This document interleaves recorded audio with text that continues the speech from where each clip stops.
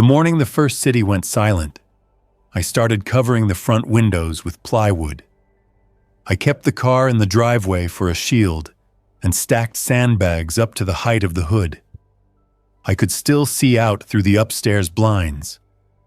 The neighborhood group text pinged every few seconds with rumors and offers of spare canned beans that were not spare. I muted it and set the police scanner by the kitchen sink. The generator ran a 5-minute test. Then I shut it off and pulled the cord on the manual transfer switch just to feel the motion again. I moved through each room and filled every pitcher, kettle, and tub with water. The pantry doors came off their hinges and became extra barricade panels. I pulled down the attic ladder and handed myself boxes, lanterns, batteries, contractor bags, hand sanitizer, a coil of paracord, a small first aid kit that used to live in the trunk. I lined it all on the dining table and wrote a list with a black marker on the wall above it, because paper goes missing. The hum from the highway had thinned overnight. A siren would rise and fade without the usual traffic to push against it. I am not new to planning. I started putting rice in buckets 2 years ago when the power grid looked fragile and everyone argued about the wrong things. I learned to run the generator at intervals and not all day. I learned to keep trash in a sealed bin with bleach solution at the bottom. I learned to lock gates without letting it show from the street. I did not plan for neighbors watching me through their blinds while I turned my home into a shell. I did not plan for the quiet that came when the school parking lot sat empty on a weekday. By afternoon, the news anchors looked like they were reading while standing near the door. I turned the sound down and listened to the scanner. Dispatch called for units to block the east ramp, and then the words blurred. I heard a voice ask for permission to use a ladder truck as a barrier. I heard a voice ask if officers should aim for the head, and the dispatch supervisor told him to stick to authorized language. The power dipped and lifted. I turned the generator on for 20 minutes and refrigerated meals for 1 day at a time. The first night I slept in the upstairs hall with the radio between my feet and a flashlight under my cheek. I put a note by the top of the stairs to remind myself not to rush down if glass broke. I taped a glow stick to the banister to show the way without lighting the house. I set the car alarm fob on a string around my wrist. The house felt smaller and more honest with the curtains closed and the air still. Somewhere past midnight, a single car moved slow, and someone shouted a name I did not know. On day 2, I sandbagged the back door and moved the grill into the garage. I shut the gas valve at the side yard and taped a reminder not to turn it on again without checking lines. I walked the fence with a shovel and a hammer, seating loose posts and shoring gaps with scrap wood. A neighbor stepped out 3 houses down and watched me without words. He lifted a hand and then let it fall. When he went back inside, I made a note. Visibility equals risk. Shift work to backyard. Day 3 carried a dry wind. It pushed dust across the cul-de-sac and kept the smell of the city at a distance. I built a door inside the garage with a tarp and 2x4s, a small airlock so I could open the big door a foot at night and pull in supplies without showing light. I set a folding table inside that space with a spray bottle of bleach solution and a plastic crate for anything that came in from outside. The scanner warned to avoid contact with bodily fluids.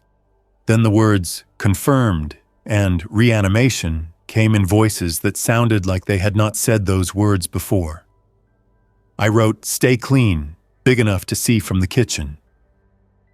On day 4, the power stopped for the day. I ran the generator for an hour in the morning and an hour at night, long enough to cool the freezers and charge radios. I parked the car at an angle to block the garage door from the street view. I taped aluminum foil around the kitchen window edges to cut light leaks. The group text said a grocery 2 miles away was open. An hour later, the same person wrote that the doors were closed, and people were banging on the glass and pushing carts into the street. I turned the phone face down and cleaned the kitchen counters until they squeaked. By day 5, the neighborhood changed. A house 3 doors down had its front door open all morning with no movement. A curtain on the second floor moved once, low and careful, as if a person sat on the floor and lifted it with one finger. A man with a backpack walked down the center of the street and stopped to listen at mailboxes. He did not look at the houses. He looked at the shadows between them. When he reached the for sale sign at the corner, he pulled it out of the ground and carried it like a pole. I wrote notes and sketched a map of sightlines from my windows. On day 6, a woman knocked. She had a surgical mask around her neck and a baby wrapped against her chest. She asked for water and pointed at the sky as if the request was obvious. I spoke through the upstairs window and told her to wait by the curb. I carried a gallon jug down and set it at the end of the driveway and backed away. She thanked me and said her name. I did not say mine. When she walked away, I stayed by the window until she turned the corner and the baby's hat went out of sight. I stopped counting meals and started counting days. I rationed generator hours to 30 minutes at dawn and 45 at night. I learned the timings of the block. A siren would pass at 11:15 a.m., steady. A group of kids with backpacks would cut across the corner yard at noon. A small dog barked in the evenings and then did not. I reduced waste by saving rinse water to mop floors. When trash filled the sealed bin, I dug a shallow trench under the cedar tree and buried it with lime from the garage shelf. On day 7, the city water pressure dropped. The faucet coughed air and then a brown stream. I shut it off and closed the main valve at the street using the long key I bought when the neighborhood flooded 3 summers ago. I switched to stored water. The rain barrels behind the shed held about 80 gallons. I ran it through a gravity filter into clean jugs. I put a sheet of plastic across the deck to catch dew. Small habits built a routine I could do half asleep. I added duct tape to the doors that I did not use so I would see if the seal broke. The first infected I saw came on day 8. He walked up the middle of the street, unsteady, with a dark shirt pulled sideways across his chest. He paused and turned slowly toward sounds, as if he knew sound was important, but did not remember why. He moved past my car and left a smear of something on the mirror casing. I held my breath and then deliberately exhaled because I needed to stay quiet and deliberate. I wrote down his features and the time. When he was gone, I wiped the mirror with a bleach cloth while crouched behind the sandbags. Day 9 brought heat. The smell from the city reached us when the wind turned, and I shut every vent and put damp towels under the doors. I stayed upstairs during daylight and watched movement at street level. A white truck with the logo of a lawn service rolled past, dragging a trash bin attached to the bumper. The bin bumped on the road with a dull knock, and a hand reached from the bin and went still. I shut the blind and counted to 40. When I opened it again, the truck was gone. A man from the next street over tried my gate on day 10. He did it slow and careful, with the body language of a person pretending to check something routine. I tapped the window with a wrench to make a clear sound. He looked up and showed his hands and said he was checking on everyone. I told him to stay outside the fence. He said his name was Carl and he had a generator that would not stay running. I said mine was running fine. He nodded and left. I adjusted the padlock so it hung inside the slats and could not be cut from the outside. The phone carried a message from my sister on day 11. She asked if I had room. Her voice sounded steady but slow. The call came from an hour earlier, and then the signal dropped. I texted her my street without the house number, and told her to wait for me at the corner if she made it this far. I set out a small bundle: extra mask, gloves, bottled water, an energy bar, a cheap phone with a battery pack. I left it just inside the gate by the side yard for a quick handoff. On day 12, a pickup hit a mailbox at the top of the street and kept moving. 2 people in the bed pounded on the cab and shouted over the engine. The driver leaned out the window and vomited and then wiped his mouth and kept steering. The 2 in the back looked at the houses as if the houses were a crowd. One pointed at mine and the other shook his head and pulled him down by the sleeve. The truck turned left and was gone. I closed the garage and dimmed the house tonight, even though it was afternoon. I did not sleep that night. I lay with the radio low and my shoes on. I made a plan for every sound. If a window cracked, I would go down the hall, step over the 3rd stair where the wood creaked, and position myself behind the corner.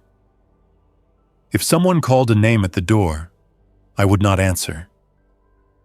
If it was my sister's voice, I would make her say the name of our first dog and the street where we grew up and one of our cousins. I repeated those checkpoints until they became muscle memory. Day 13 broke gray.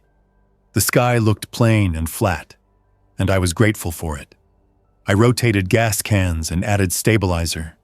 I wiped the generator's air intake and checked the oil like a person doing chores on a normal Saturday. A small group moved down the street, pulling a wagon with a child in it. The child wore a bicycle helmet and looked at everything. One of the adults saw my upstairs outline and tapped his chest with his fist, a sign I could not read. I stayed still and did not wave back.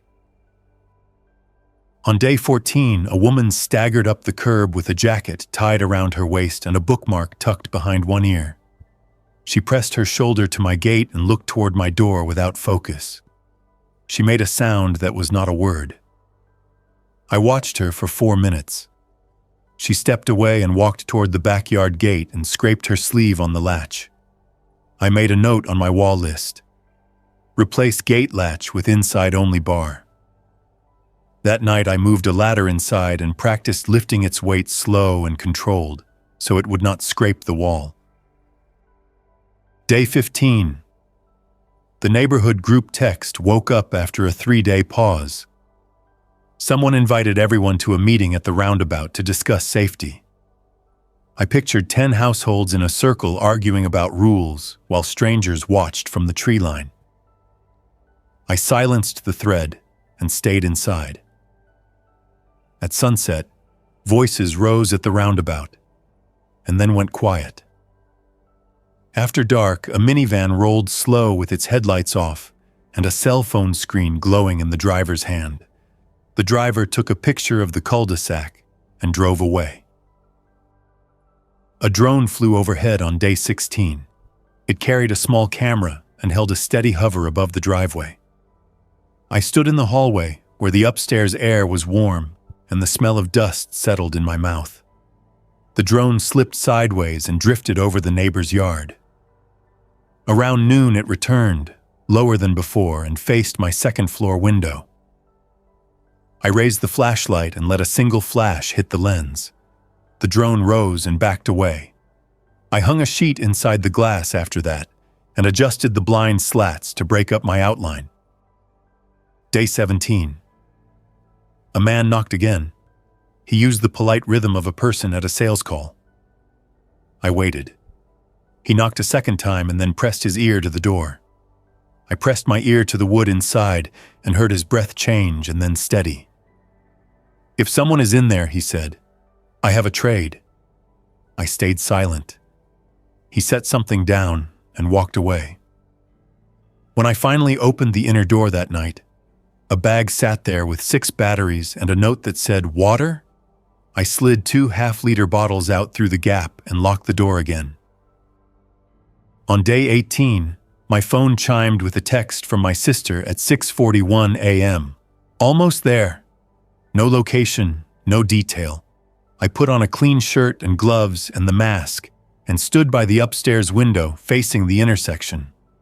I set the spare bundle by the side gate and loosened the knot so I could pull it open fast.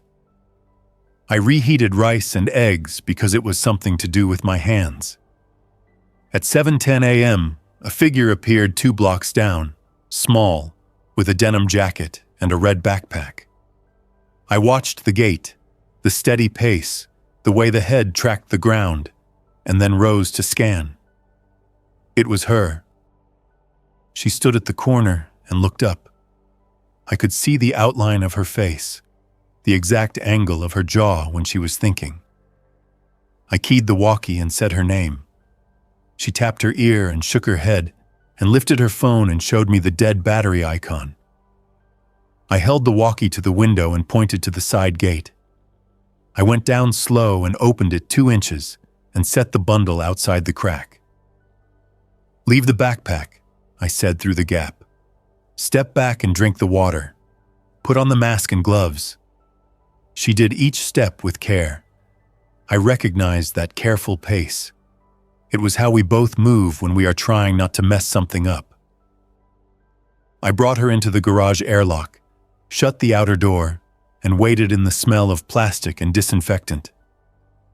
She stood still and watched me with the steady look she used when she wanted to get through a hard thing without drama.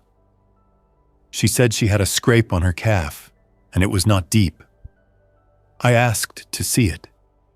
She lifted the cuff of her jeans, and there was a crescent wound just above her ankle, with a bruised edge and broken skin.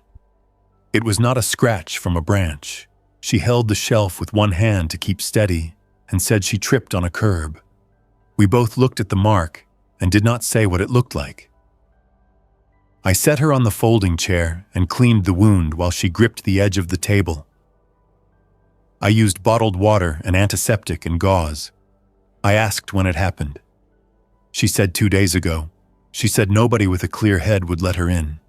She said she understood. I kept my voice even and told her I would set up a bed in the garage. I told her I had food and water and a radio, and if she got worse, I would not leave her alone. She nodded once and kept looking at the floor. I built a room inside the garage with heavy plastic and tape. I set a cot inside and a bucket with a lid and a small fan. I ran an extension cord through a sealed slit for a lamp. I placed 2 walkies on the table, one for her and one for me on the same channel. I handed her a notebook and pen and asked her to write the time every hour and any changes. She smiled a small, honest smile at the notebook, because she always liked rules you can follow. I stood outside the plastic and watched her settle in. That first night, she ate half a bowl of soup and a slice of bread and said it tasted like a holiday dinner. She spoke about the drive from her apartment. She described a bridge closed with a crane parked sideways across the lanes. She described a field where tents stood empty with folding chairs blown over. She described a small dog running after a truck until its legs could not keep up. She did not cry. She asked if Mom's ring was still in my dresser. I told her I moved it to the safe and she nodded. Day 19 started with a low fever according to the forehead thermometer. She said she felt fine, just tired. I logged the number and brought her a bottle of electrolyte mix. She made a joke about how I used to push sports drinks on her after we hiked, and I did not laugh. The walkie hissed now and then with static. The city noise reached us in pulses. Far sirens, a distant burst of shouting, then quiet. I brought her new gloves and a fresh mask and replaced the trash bag in her bucket and wiped the floor with bleach solution. When I asked about chills or pain, she said no. By noon, her hands shook when she wrote. She tried to hide it by moving slow, but the pen pressed hard and the letters were thick. She said her head felt heavy. I checked the wound again without touching it and saw the skin around it had darkened. I set a radio outside her plastic wall tuned to the emergency channel.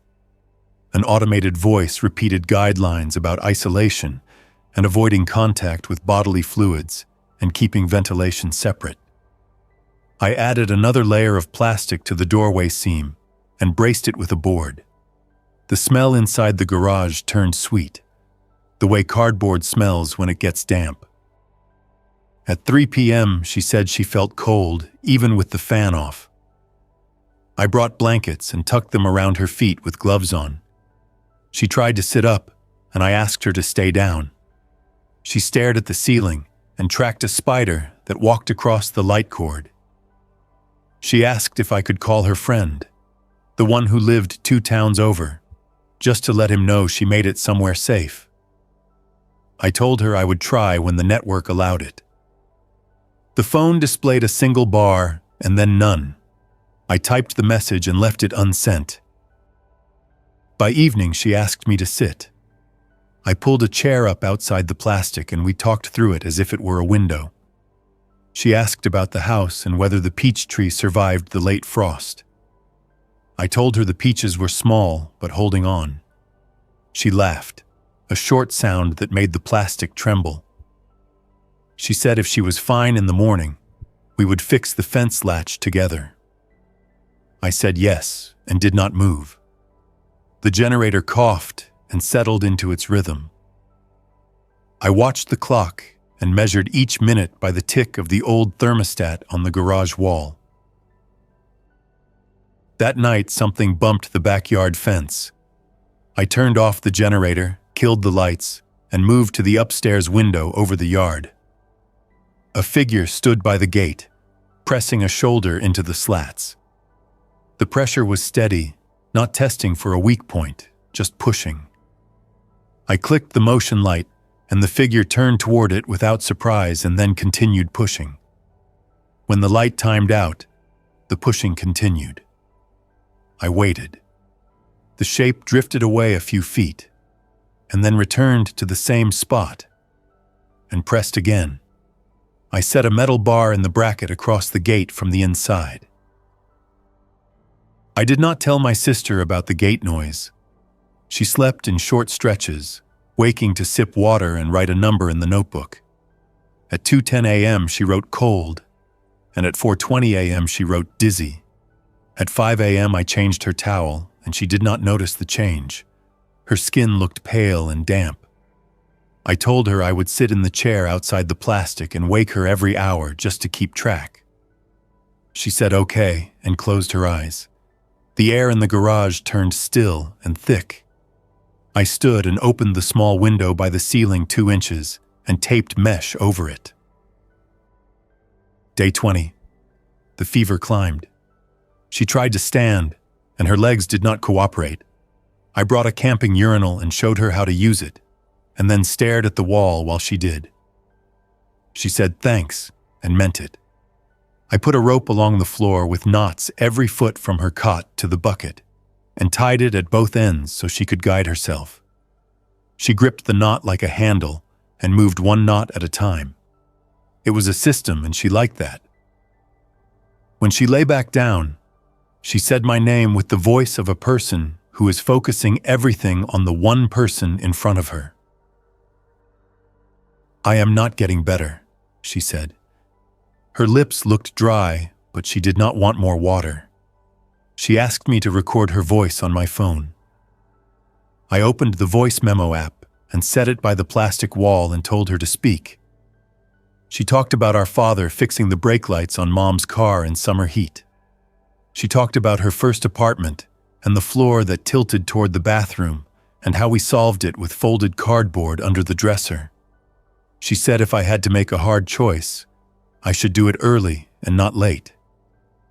The last words came slow and careful. I stopped the recording and saved it under her name. I sat with her until sunset, and then went upstairs to watch the street. A pair of men walked by, holding hands, moving fast, looking straight ahead. A bicycle lay in the road by the roundabout with one wheel still spinning. The drone returned and hovered 2 houses down, then rose and moved toward the highway. I turned the radio to 7.400 megahertz for a minute, and heard a distant ham operator reading a list of lost persons. He sounded steady and tired. When the generator came on, the hum filled the house with a simple purpose. At midnight, she called me on the walkie. Her voice had a new lilt to it. Words leaned into each other. She said she felt fine and wanted to stretch. I told her to stay on the cot. I secured a light line to the plastic and tied it to a hook so the door seam would not open under pressure. "I am okay," she said, and the words repeated one after the other, not quite matching. I walked to the garage, stood outside the plastic, and told her about the peaches again. She laughed, then stopped laughing without deciding to stop. At 3 a.m., I woke to silence on the walkie and went to check. She slept flat on her back. The covers had slipped. I adjusted them with gloved hands through the plastic. Her breath came shallow and even. I set the chair near the door and watched as the numbers on the clock changed. The house popped and clicked as the temperature settled. A car far off ran at idle for a long time and then shut off. The garage smelled of bleach and plastic and the faint metal scent of the tools on the shelves. Just before dawn, she stopped breathing. It was not dramatic. It was a pause that did not end. I waited 5 slow minutes and watched for any change. Then I started the next set of steps. I tied the line outside the seam tighter. I slid the cot straps over her wrists and ankles and fastened them. I placed the pillow over her face. I stood by the plastic and said the lines she would want heard. That I would handle the rest. That she did not need to worry about me. That the ring was safe. I counted to 100 and backed away. I sat on the garage floor for a long stretch with my back against the washing machine.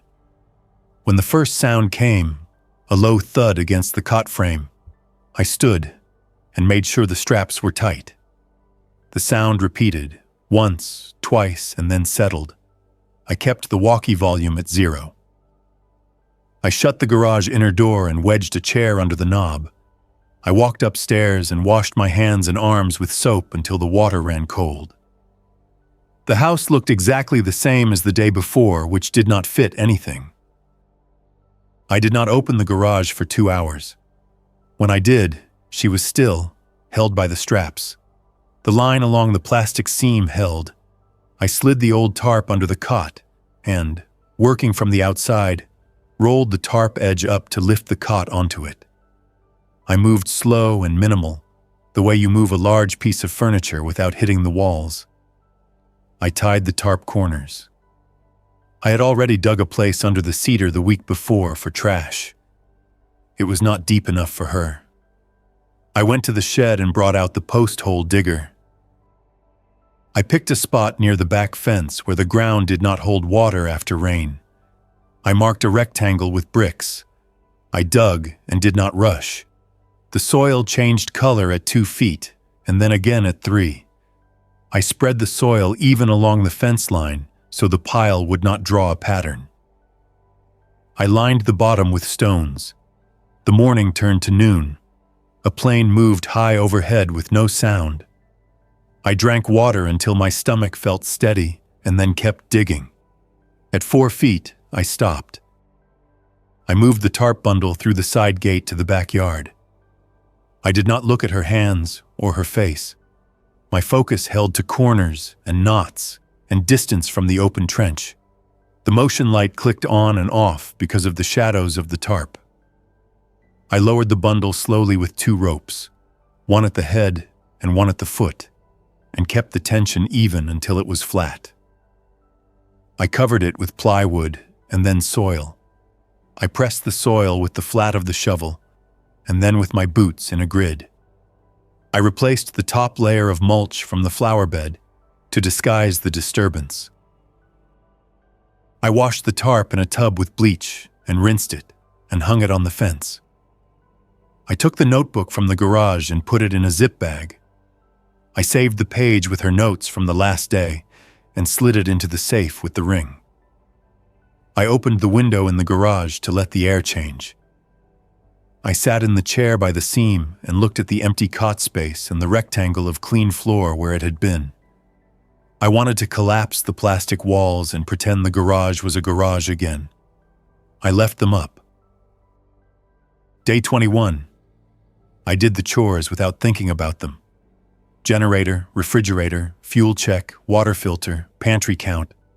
I cooked rice and beans and ate them cold. I pulled the blinds in the upstairs room and checked the street. 2 men from the roundabout stood at the corner with clipboards and wrote on them as if they were still organizing something that used to matter. A woman led a child on a scooter with a rope, and a third person pushed a stroller filled with blankets and tools.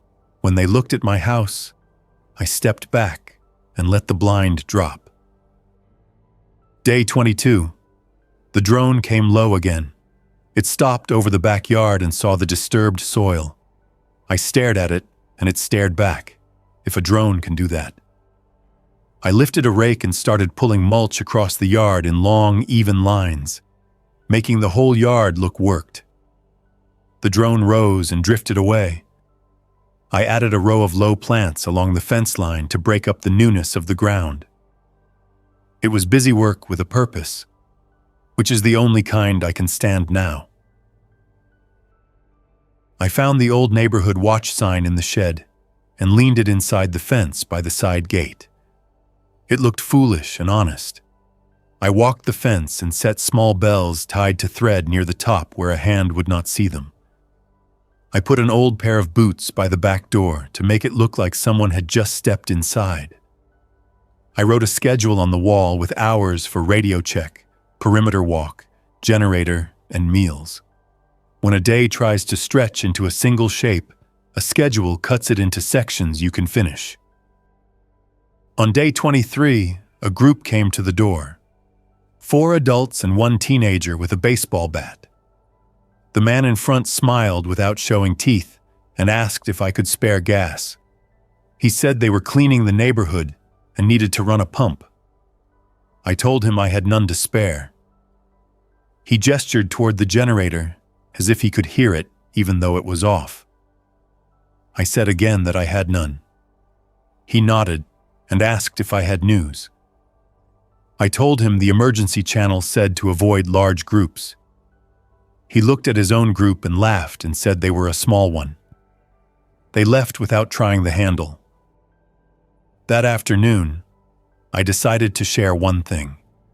I typed a note, laminated it with packing tape, and pinned it to the community board by the mailboxes at dusk.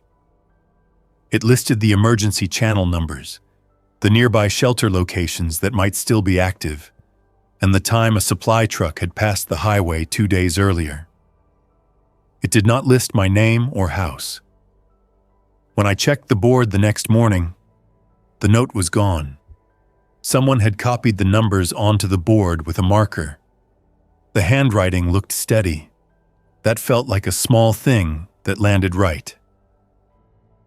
Day 24 brought rain. I moved buckets to the corners of the deck and watched water fill them in a clean line. The smell of wet dirt reached the kitchen. I cooked oatmeal and ate it while standing over the sink. A young couple walked past in rain ponchos and paused by the fence to peek into the yard. I set the radio to weather for a minute, then switched back to the scanner. A voice announced a temporary field clinic at the community college gym with basic care and screening. I pictured the gym doors and the way sound travels in that space and the line of people standing close in the rain. I stayed home. Day 25. A man clapped at the front window and shouted that he could fix the generator for a bowl of soup. He held a set of wrenches in a roll and a friendly expression. I told him the generator worked. He said he could make it quieter. I said I did not need it quieter. He looked at the sandbags and the plywood and the small gaps I left by design and nodded like an inspector. He wished me luck and walked to the next house. I added a second brace to the front door and set a wedge at the bottom that could be pulled from inside with a cord. The nights after that were different. I woke to small noises and recognized them faster. A can rolling along the street, the single squeak of an old mailbox hinge, a shoe scuff on wet pavement. None of it demanded attention, but all of it added up. I shortened the evening generator run to 30 minutes and sat in the dark afterward with the radio low. A script emerged. Check, adjust, eat, sleep, repeat. It carried me without thought until thought returned. On day 26, a neighbor I barely knew left a basket at the end of my driveway. It held 4 tomatoes, a small note that said "Thank you for the numbers," and a request for bleach. I put a bottle of diluted bleach with instructions into the basket and added a bar of soap. I watched from the upstairs window as she came back for it. She looked up once as if trying to spot me, and then did not try again. That was the right choice. I waved small and low even though she could not see. Midday, I pulled the sister's notebook out and read her last entries. The handwriting leaned to one side. The last word before the line stops is "okay." That word sits there with no period. I placed the notebook back in the safe and shut the door. I set the voice memo to play and listened to her talk about the tilted apartment and the brake lights. I saved the file to a second phone and a USB stick and wrapped both in foil and put them in the safe. If the house went, I wanted those words somewhere I could carry. Day 27. I heard engines on the highway again. Not many, but enough to sound like a plane moving. Later, a single helicopter crossed the city at a steady speed with a searchlight sweeping the ground. It did not stop for our neighborhood. A small fire burned in the distance after dark and went cold before morning. I wrote lines on the wall calendar I drew to mark days past. The first week sits tight. The second week stretches. The third week looks like a different life placed next to the first. On day 28, the man from 2 streets over, Carl, returned with a carburetor in his hands. He asked if I had a small drill bit to clear a jet. I slid a tin through the crack in the side gate with 3 bits and a note that said, "Return when done." He grinned as if this were a sitcom exchange. He returned the bits at dusk with a gift of earplugs and a quiet thumbs up. The generator ran smoother that night. I wrote his name on the wall list of contacts. It was the only name there. The peach tree dropped 2 small fruits on day 29. I picked them up and set them on the kitchen counter. They were not ready. I washed them anyway and set them in the window where no one could see from outside. I boiled a small pot of water and made tea. The taste was flat but warm. I trimmed the basil that had somehow survived the neglect and stirred it into rice. Small food, small progress. I checked the garage plastic and tightened the seam. The ropes I used to lower the tarp lay coiled by the fence like sleeping snakes. I did not touch them. On the night of day 29, voices came down the street. A group moved past with flashlights hooded by their hands and spoke in low tones. "House to the right," one said. "Lights on at 6, off at 8. I felt the quiet inside like a weight without naming it. I sat on the floor against the wall and replayed the steps if they chose my door. The wedge, the inner brace, the upstairs position by the corner, the car alarm fob. The sound of it had not broken silence yet, and I did not know what it would summon, the living or the infected. The voices moved on. A glass broke 2 houses over, and no one cried out. Day 30 started plain. I woke before dawn and listened to nothing in particular. I ran the generator for 20 minutes and shut it off, and sat with the refrigerator's quiet, settling clicks. I checked the fence bells and found one on the ground. A small paw print marked the dirt by the gate. Not a dog. Maybe a raccoon. I reset the bell and reinforced the thread line with fishing line. I moved the car 6 inches to the left to close a sightline from the street to the kitchen. Routine again. In the afternoon, a boy about 12 walked past carrying a skateboard like a tray. He wore a helmet and knee pads and looked straight ahead. A woman called to him from 2 houses down, and he turned his head and did not stop. I watched until both were gone.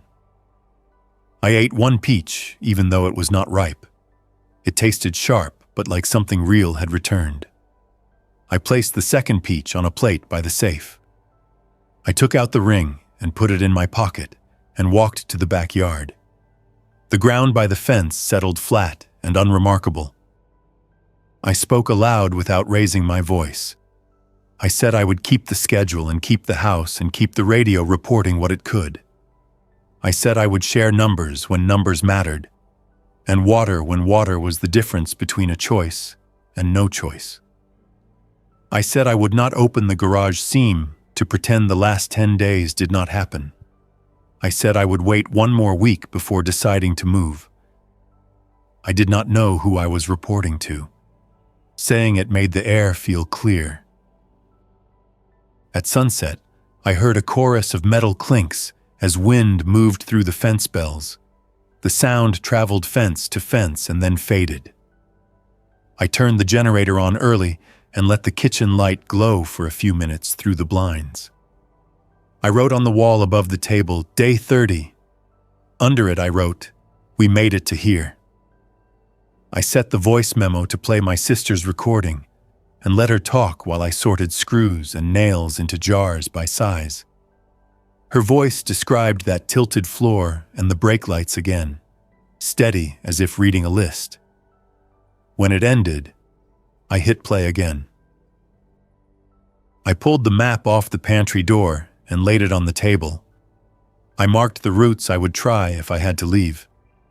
The creek path behind the school, the service road along the warehouse fence, the church lot where the trees grow thick enough to hide under, in case a drone passes low. I wrote what to carry and what to leave. I wrote ring and underlined it. I wrote notebook. I wrote water, radio, knife, tarp, mask, gloves. I put the list in the safe. I shut it and spun the dial. The night settled. I turned the generator off and waited for the house to match the darkness outside. I sat in the upstairs hall with the flashlight on my knee, switched off. The quiet pressed in like a blanket that does not move. Far off, a siren rose and fell. A single gunshot cracked from the direction of the highway. I cataloged the sounds and placed them on the mental map I have been drawing for a month. None of it surprised me. All of it read normal for now. Tomorrow I will change the oil on the generator. I will reseat the sandbags that slumped in the rain. I will harvest the basil and cut it into the rice again. I will check the fence bells and the gate bar and the window foils. I will stand in the garage and decide whether to pull the plastic down or leave it. I will decide to leave it. The seam will stay taped, the chair will stay by the door, and the small fan will stay coiled and clean on the shelf. I do not know if the street will be quieter tomorrow or louder. I do not know if the drone will return or if Carl will need another drill bit or if the woman with the tomatoes will leave another basket. I know how to be ready for those things. I know the steps for when a knock comes polite or urgent. I know what I will do if a voice I love speaks from the other side of the door. I have learned which choices keep me here. I write them on the wall so I do not have to invent them again in the moment. The house is a shell, and it is also a plan. The plan works when I work it. The month behind me looks orderly on the wall, even though it did not feel orderly as I lived it. The month ahead is empty squares. I lock the front door and press the wedge into place and pull the cord to set the brace. I carry the walkie to the hall and set it by my foot. I close my eyes, not to sleep, but to run the list again. The peaches in the window hold their shape in the last light,